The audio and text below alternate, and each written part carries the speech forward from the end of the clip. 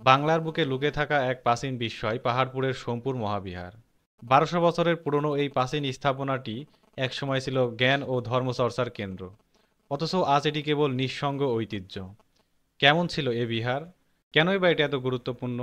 চলুন ফিরে যাই ইতিহাসের পাতায়। সোমপুর বিহার নওগাঁ সদর থেকে ৩৪ কিলোমিটার দূরে অবস্থিত। পাহাড়পুরে যাওয়ার সময় রাস্তার দুই পাশের প্রাকৃতিক দৃশ্য এবং ফসলের মাঠ আপনাকে মুগ্ধ করবে। পাহাড়পুরে গিয়ে ৩০ টাকা দিয়ে টিকিট কেটে এগিয়ে যাচ্ছিলাম বিহারের দিকে। বিহারটি দূর থেকে দেখলে মনে হবে ধ্বংসপ্রাপ্ত একটি পিরামিড দাঁড়িয়ে আছে। অষ্টম শতাব্দীতে পাল বংশের দ্বিতীয় রাজা ধর্মপাল এটি নির্মাণ করেন। এটি শুধু একটি উপাসনালয় ছিল না, এটি ছিল জ্ঞানের আলো ছড়ানোর একটি কেন্দ্র। ভারত, চীন, নেপাল, তিব্বত সহ দূর দূরান্তের বৌদ্ধ ভিক্ষুরা এখানে আসতেন এবং ধর্ম ও দর্শন চর্চা করতেন। ইতিহাস বলে সোমপুর বিহার বিশ্বের প্রথম দিককার বিশ্ববিদ্যালয়গুলোর একটি। কিন্তু সময়ের পরিক্রমায় ইতিহাসের এই গৌরব হারিয়ে যেতে থাকে।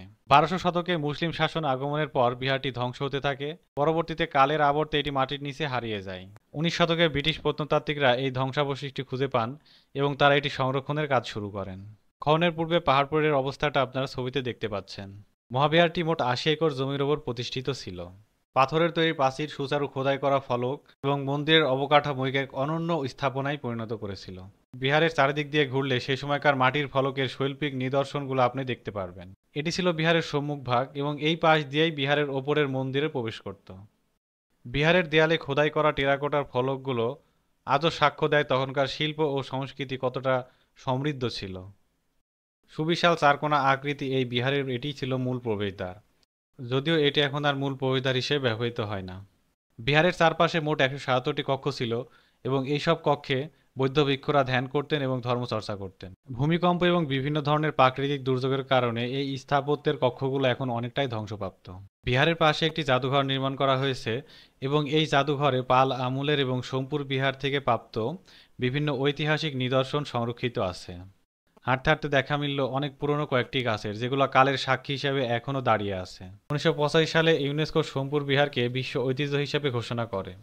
আজ ইউনেস্কো স্বীকৃত এই বিশ্ব ঐতিহ্যটি আমাদের গর্বের প্রতীক। প্রতিদিন বহু পর্যটক এখানে আসেন এবং অনুভব করেন ইতিহাসের স্পর্শ।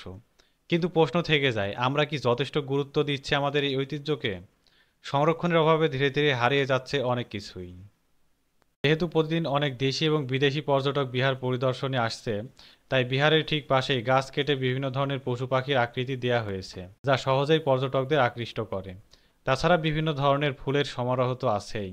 তাই ইতিহাসকে জানার জন্য এবং সুন্দর একটি সময় পার করার জন্য আপনি আপনার পরিবারকে নিয়ে এবং আপনার ছোট সোনামণিদেরকে নিয়ে ঘুরে আসতে পারেন পাহাড়পুরের সোমপুর বিহার, যা আপনার জ্ঞানের পরিধিকে সমৃদ্ধ করবে। আজকের মতো এ পর্যন্তই, দেখা হবে অন্য কোনো ভিডিওতে।